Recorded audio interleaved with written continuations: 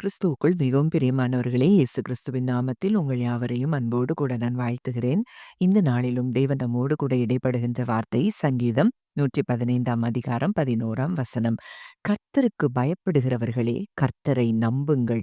அவரே அவர்களுக்கு துணையும், அவர்களுக்கு கேடகமுமாய் இருக்கிறார். ஆம், இதே வார்த்தை ஆங்கிலத்துல yes, all his lovers who bow before him trust in the Lord. For he is our only true hero, God wrapped around us as our shield. அப்போ இந்த வார்த்தை எதை சொல்லுகிறது அப்படின்னு சொல்லி நம்ம பார்க்கணும்னா, கர்த்தருக்கு பயப்படுகிற ஜனங்கள் தான்.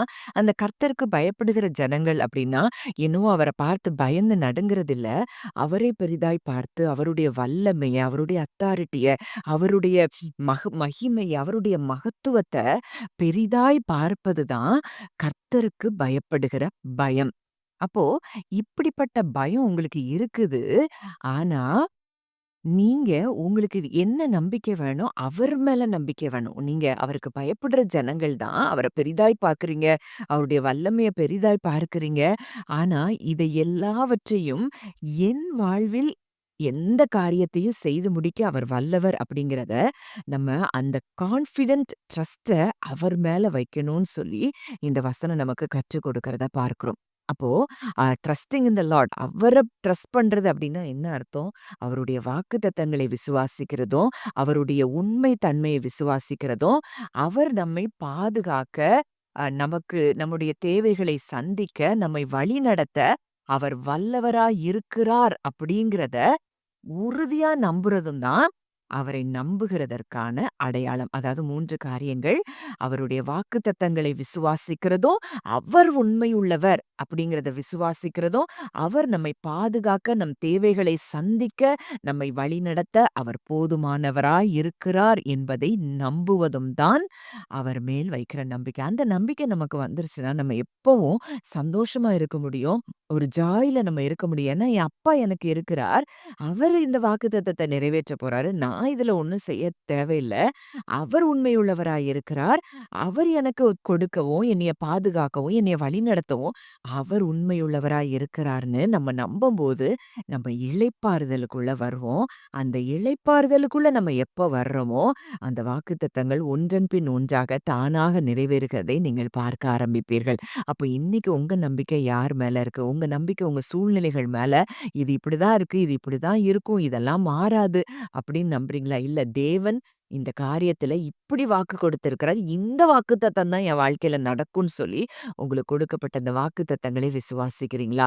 அப்போ அப்படிப்பட்ட ஜனங்களுக்கு கர்த்தரை கர்த்தருக்கு பயப்பட்டு கர்த்தரை நம்புகிற நமக்கு அவர் எப்படி இருக்கிறாராம்? துணையும் கேடகமுமா இருக்கிறாராம். அப்போ அந்த கேடகம் அப்படின்னா என்னன்னா, ஒரு யுத்தத்துல ஒரு போர் வீரன் தன்னை பாதுகாக்கும்படியா அவன் என்ன செய்றான்? அந்த கேடகத்த வைத்திருக்கிறது போல, இன்றைக்கு அவரே கேடகமா இருக்கிறாராம். நம்முடைய ஆவிக்குரிய, நம்முடைய உணர்வுகள் ரீதியா எழும்புகிற பிரச்சனைகள், எல்லா விதமான பிசிக்கலா நமக்கு எழும்புகிற அ காரியங்கள் எல்லாவற்றிலும் இருந்து, அவரே நமக்கு கேடகமாய் நம்மை சுற்றி இருந்து பாதுகாக்கிற தேவனாய் இருக்கிறார். அப்போ இந்த தேவனை நம்ம ஆராதிக்கிறோம்னா, நம்ம எதை குறித்தும் என்ன செய்ய வேண்டியதில்ல, கவலைப்பட வேண்டியதில்ல. அடுத்ததா வசனம் சொல்லுது, கர்த்தர் நம்மை நினைத்திருக்கிறார், அவர் ஆசீர்வதிப்பார். இஸ்ரவேல் குடும்பத்தாரை ஆசீர்வதிப்பார். அவர் ஆரோன் குடும்பத்தாரை ஆசீர்வதிப்பார். கர்த்தருக்கு பயப்படுகிற பெரியோரையும், சிறியோரையும் ஆசீர்வதிப்பார். அப்போ இன்றைக்கு அப்படிப்பட்ட தேவன் எப்படி இருக்கிறாராம்? நம்மளை நினைவு கூறுகிற தேவன், நம்ம மேல எப்பவும் நினைவா இருக்கிற தேவன், நம்மளை நினைத்திருக்கிற தேவன். அவர் நினைச்சிட்டாருன்னா, அங்க ஆசீர்வாதம் தான். அப்போ இன்னைக்கு அவர் சொல்றாரு, உன்னை என் உள்ளங்கையில வரைஞ்சிருக்கிறேன். நான் உன்ன மறக்க மாட்டேன்." அப்படின்னு அவர் சொல்லிட்டாருன்னா, 24 ஹார்ஸ் நீங்க அவர் மைண்ட்ல இருக்கீங்க அப்படிங்கிற அந்த நினைவு மாத்திரம் இருந்தா போதும். ஆசீர்வாதங்கள் உங்களுக்கு தானாய் உங்கள தேடி வரும். அவர் எல்லாரையும் ஆசீர்வதிக்கிறாராம். பெரியோரையும் ஆசீர்வதிக்கிறாராம். சிறியோரையும் அவர் ஆசீர்வதிக்கிறாராம். கர்த்தர் உங்கள் பிள்ளைகளையும், உங்களையும் உங்கள் பிள்ளைகளையும் வர்த்திக்க பண்ணுவார். ஏன்னா அவர் நெனச்சுட்டாரு நம்மள. அதனால அவர் நம்ம என்ன செய்வாராம்? வர்த்திக்கப்படுவார். நம்ம ஒரு நாளும் குறுகி போக மாட்டோம். நம்ம ஒரு நாளும் என்ன ஆக மாட்டோம்னா, குறைவுகள்ல இருக்க மாட்டோம். நம்மள வர்த்திக்க பண்ணுகிற தேவனா இருக்கிறார். அது மாத்திரம் இல்ல 15வது வசனம் சொல்லுது, "வானத்தையும் பூமியையும் படைத்த கர்த்தராலே நீங்கள் ஆசீர்வதிக்கப்பட்டவர்கள்." இன்னைக்கு நம்ம யாருடைய ஆசீர்வாதத்தெல்லாமோ நம்ம தேடி ஓடிட்டு இருக்கிறோம். வசனம் சொல்லுது, இந்த உலகத்தை படைத்தவர், வானத்த படைத்தவர், பூமியை படைத்தவர், இந்த கர்த்தராலே நீங்கள் ஆசீர்வதிக்கப்பட்டவர்கள்.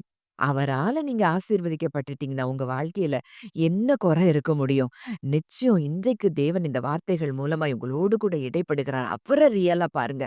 அவரை உண்மையுள்ளவரா பாருங்க. அவருடைய வாக்குத்தத்தங்களுக்கு அவர் உண்மையுள்ளவரா இருக்கிறார் என்பத பாருங்க. நிச்சயமா உங்க வாழ்க்கையில ஆசீர்வாதங்கள் தானாய் வருகிறத நீங்க பார்ப்பீங்க. ஏன்னா, நீங்க வானத்தையும் பூமியும் படைத்தவர் உங்கள ஆசீர்வதிச்சிருக்கிறாரு. உங்களுடைய ஆசீர்வாதங்கள் ஒரு நாளும் குறைவுபடாது. நீங்க ஏற்கனவே ஆசீர்வதிக்கப்பட்டிருக்கிறீங்க அப்படின்னு இந்த வசனம் சொல்லுது. இனிய நீ ஆசீர்வதிங்கன்னு நீங்க கேட்க வேண்டியதே இல்ல. ஆண்டவரே நீங்க என்னைய ஆசீர்வதிச்சுட்டீங்க. உமக்கு நன்றி. இந்த இடத்துல தான் நம்மை தேவன் வைத்திருக்கிறார். நம்ம இது தெரியாததுனால நம்ம பல நேரங்கள்ல அழுது புரண்டு கொண்டு இருக்கிறோம். ஆனா இன்றைக்கு ஆண்டவர் சொல்றாரு, அவர் நம்மை நினைத்திருக்கிறார். அவர் ஆசீர்வதிப்பார். அவர் பிள்ளைகளையும் நம்மையும் அவர் வர்த்திக்க பண்ணுவார். அவரால நம்ம ஆசீர்வதிக்கப்பட்டவர்களா இருக்கிறோம் அப்படிங்கிற எண்ணங்களோடு, சமாதானத்தோடு நம்ம வாழ ஆரம்பிப்போம். ஆசீர்வாதங்கள் நம்மை தேடி வருகிறதை நீங்கள் காண்பீர்கள். ஜெபிக்கலாம். நல்ல தகப்பனே, நன்றியோடு உம்மை துதிக்கிறோம், ஸ்தோத்தரிக்கிறோம் அப்பா. இந்த நாளிலும் எங்களோடு கூட இடைப்பட்ட உம்முடைய வார்த்தைக்காக நாங்கள் நன்றி செலுத்துகிறோம். தகப்பனே, கர்த்தருக்கு பயப்படுகிறவர்களே கர்த்தரை நம்புங்கள். அவரே அவர்களுக்கு துணையும் கேடகமுமாய் இருக்கிறார் என்று சொன்னபடி, ஆண்டவரே அப்பா, நாங்க உம்மை நம்புகிறோம் அப்பா. இந்த நாள்ல உங்கள நம்புறோம். நீங்க ஆண்டவரே எங்களுக்கு துணையாய், கேடகமாய், எங்களை ஆசீர்வதிக்கிற தேவனாய், எங்களை வர்த்திக்க பண்ணுகிற தேவனாய், ஆண்டவரே நீர் எங்களை பெருக பண்ணுகிறபடியினால் நன்றி செலுத்துகிறோம். எங்களை ஆசீர்வதிக்கப்பட்டவர்களாய் நாங்கள் இருக்கிறபடியினால் நன்றி செலுத்துகிறோம். இயேசுவின் மூலம் கேட்கிறோம் ஜீவனுள்ள நல்ல பிதாவே. ஆமென்.